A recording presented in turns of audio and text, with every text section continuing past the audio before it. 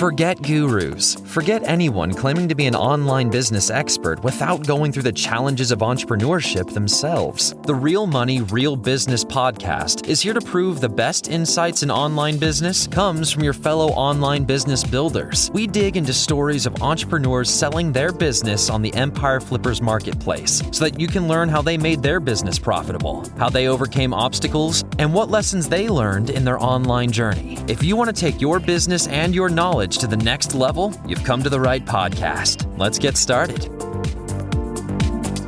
Hey everyone, welcome to another episode of the Real Money, Real Business podcast.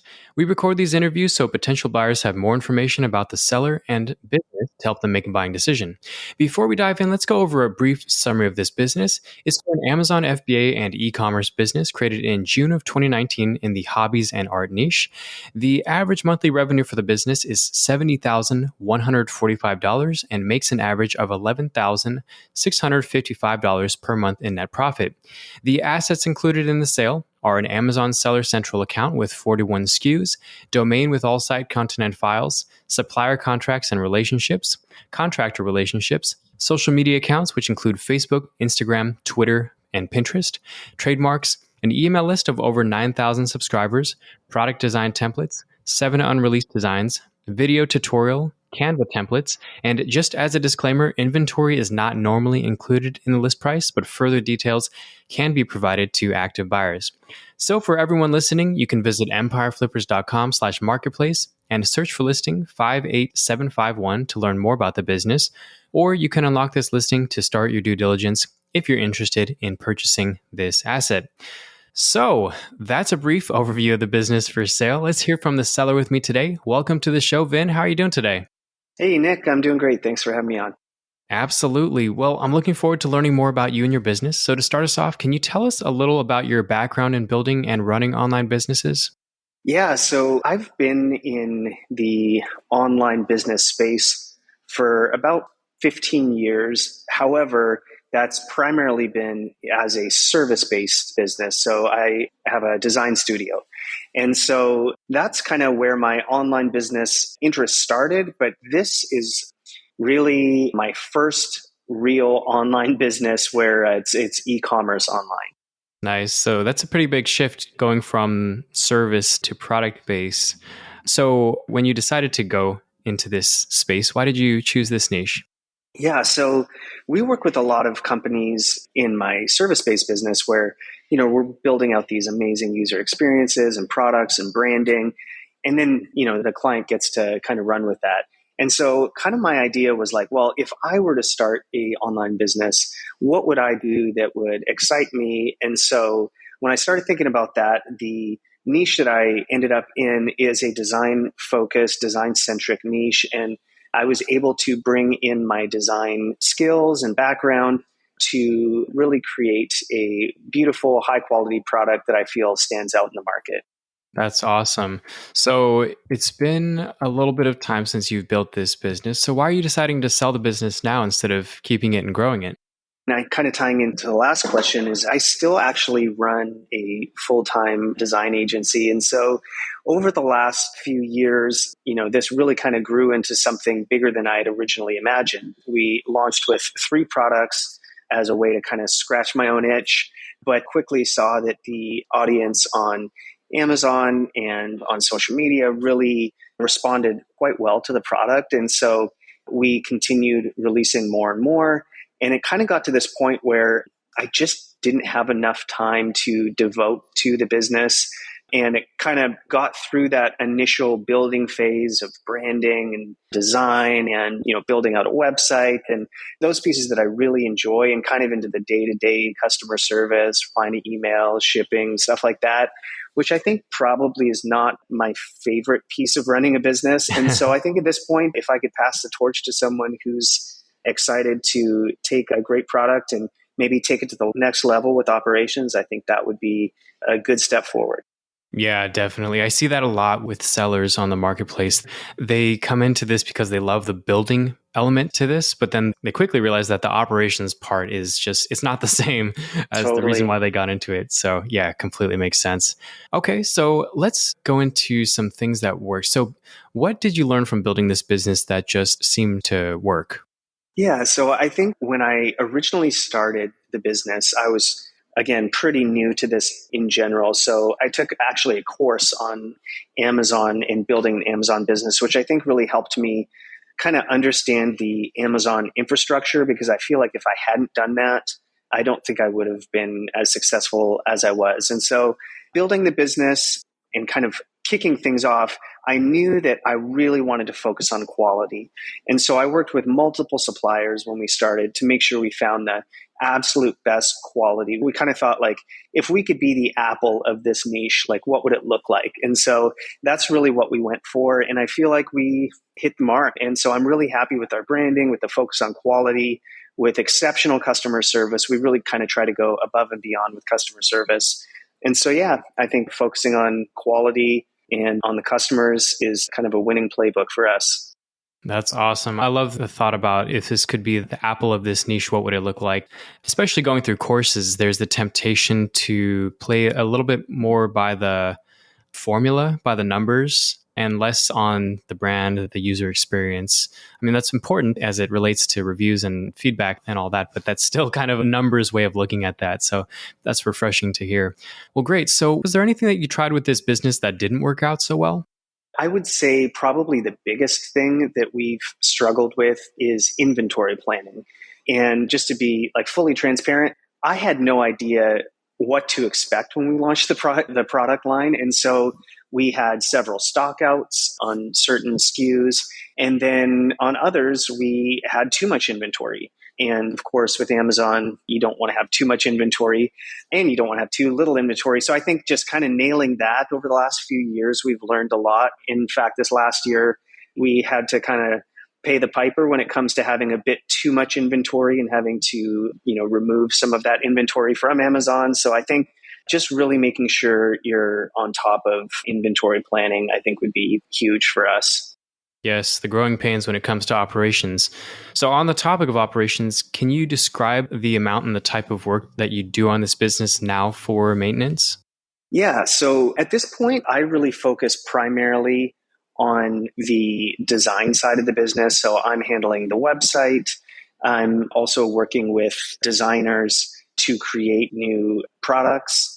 Our product is pretty easy to create new designs for now that we have the infrastructure in place. And so I feel like at this point, my focus is really on kind of high level things like that. And then I have some people who are working with me as contractors to help with kind of the day-to-day, customer service, emails, returns, shipping, things like that. Got it.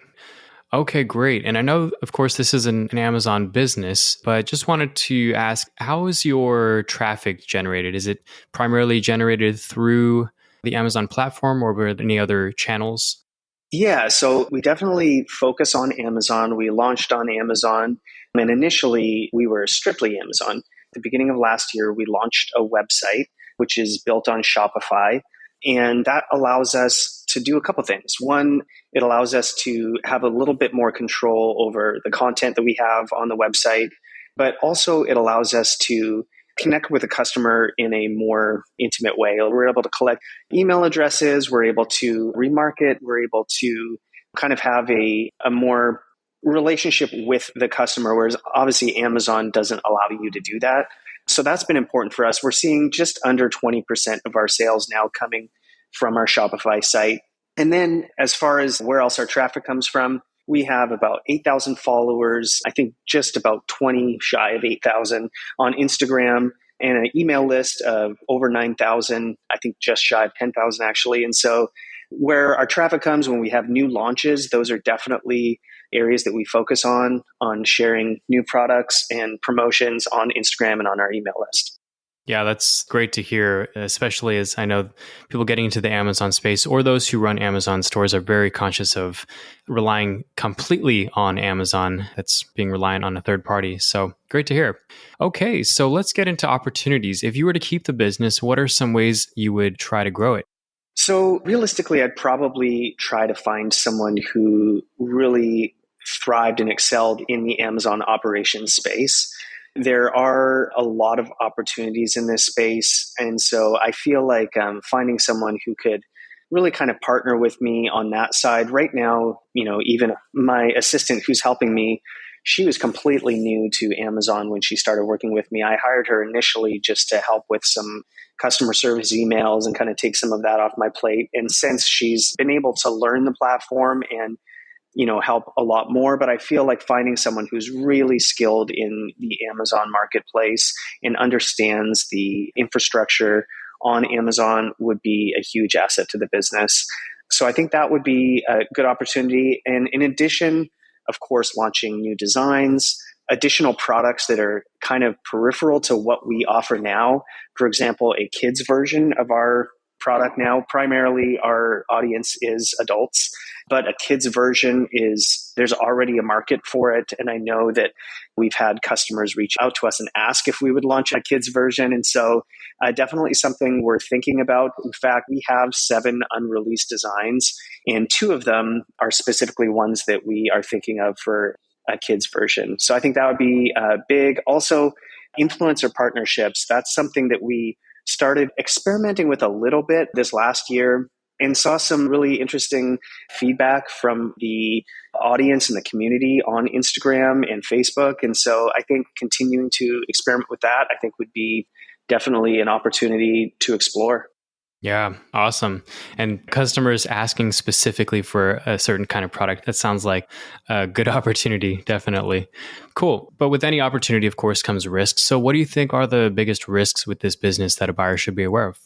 Yeah, so I think going back to what we talked about earlier with inventory planning, I think that is realistically a pretty important part of the business.